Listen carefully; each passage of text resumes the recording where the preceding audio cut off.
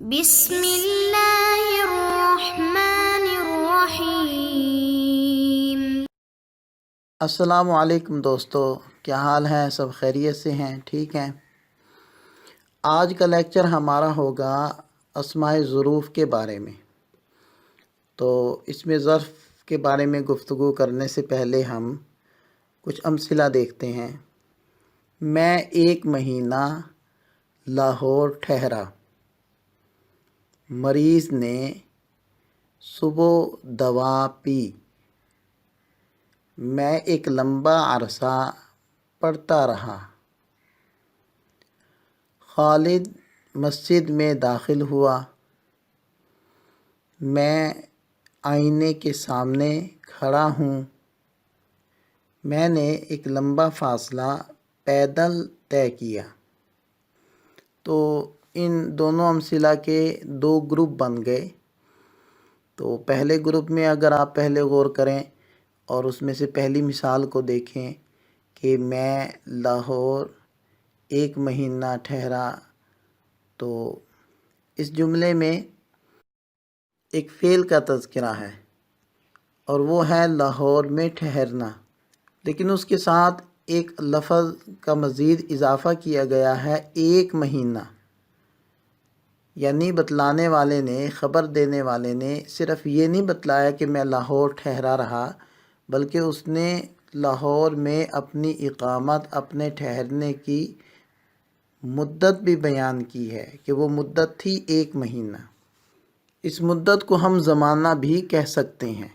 تو آپ یوں کہہ دیں کہ یہ ایسا جملہ ہے جس کے اندر فعل کا زمانہ ذکر کیا جا رہا ہے۔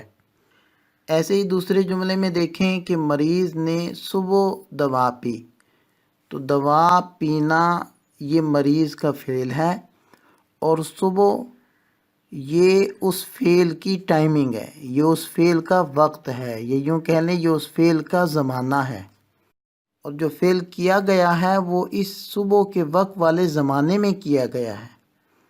اور تیسری مثال میں ایک لمبا عرصہ پڑھتا رہا، تو پڑھنا یہ تو فعل ہوا اور لمبا عرصہ یہ اس کا زمانہ ہوا۔ اب آپ دوسرے گروپ کی طرف آ جائیں۔ پہلی مثال میں ہے کہ خالد مسجد میں داخل ہوا، تو خالد کا داخل ہونا یہ تو فعل ہے، اور مسجد وہ جگہ ہے جس میں داخل ہونے والا فعل وقوع پذیر ہوا۔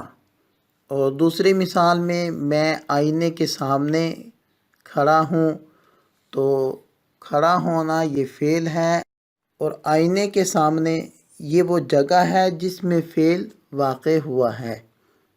اور تیسری مثال میں نے ایک لمبا فاصلہ پیدل طے کیا، تو پیدل طے کرنا یہ فعل ہو گیا، اور لمبا فاصلہ یہ وہ جگہ ہے جس میں یہ فعل واقع ہو رہا ہے۔ امثلہ کے پہلے گروپ میں اوقات کا تذکرہ ہے، یعنی وہ اوقات جن کے اندر فعل واقع ہو رہا ہے، اور دوسرے گروپ کے اندر ان جگہوں کا تذکرہ ہے جن جگہوں میں فعل واقع ہو رہا ہے۔ ان اوقات اور ان جگہوں کا کوئی بھی نام رکھا جا سکتا ہے، لیکن ہم لوگ ان کا نام رکھ لیتے ہیں ظروف۔ اور ظرف کا معنی ہوتا ہے برتن، جیسے آپ نے ابتدائی بچوں کی اردو والی کتاب میں دیکھا ہوگا ذوئیں ظروف، تو ظرف معنی ہوتا ہے برتن۔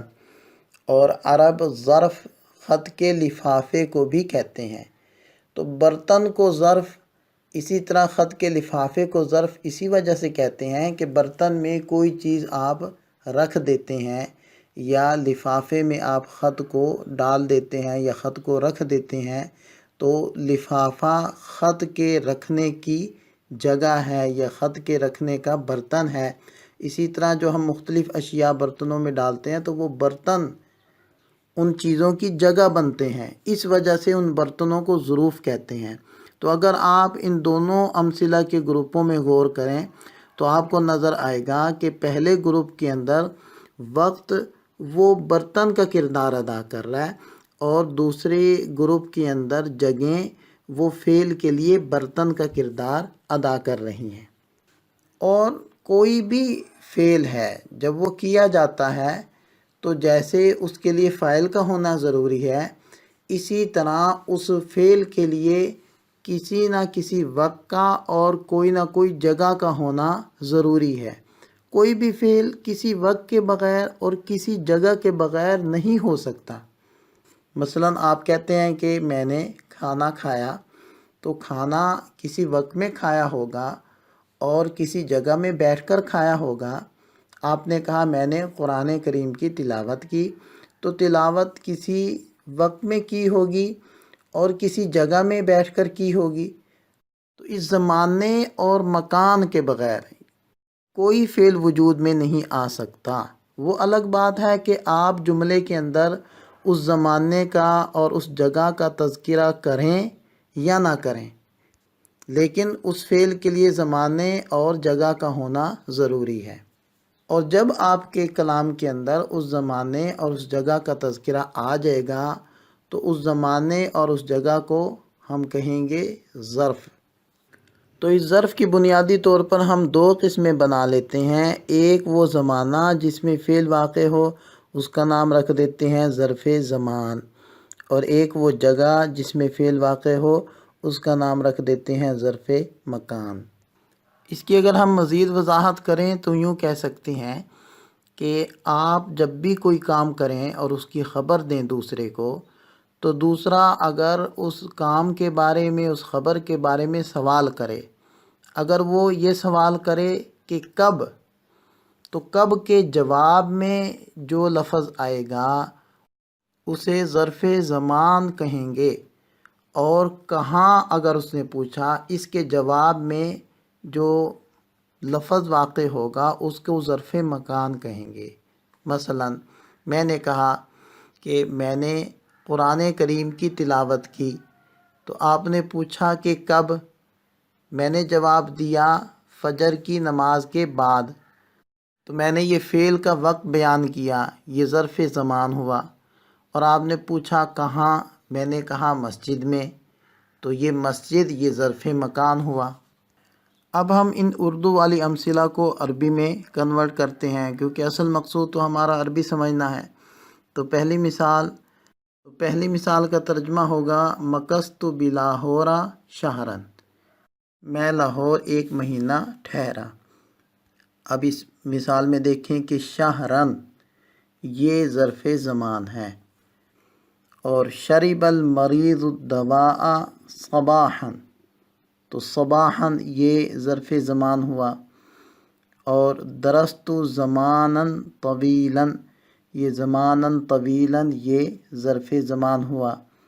دوسرے طائفہ میں آ جائیں، دخل خالد مسجدا، یہ مسجدا ظرف مکان ہوا۔ وقفت امام المرآت، میں آئینے کے سامنے کھڑا ہوا، تو یہ امام المرآت یہ ظرف مکان ہوا۔ اور مشیت مسافتاً طویلتاً، تو اس میں مسافتاً طویلہ یہ ظرف مکان ہوا۔ اچھا آپ حضرات اگر امثلہ میں پھر غور کریں، ہم نے پہلے دو قسمیں بنائی ہیں اس میں ظرف کی، ظرف زمان اور ظرف مکان۔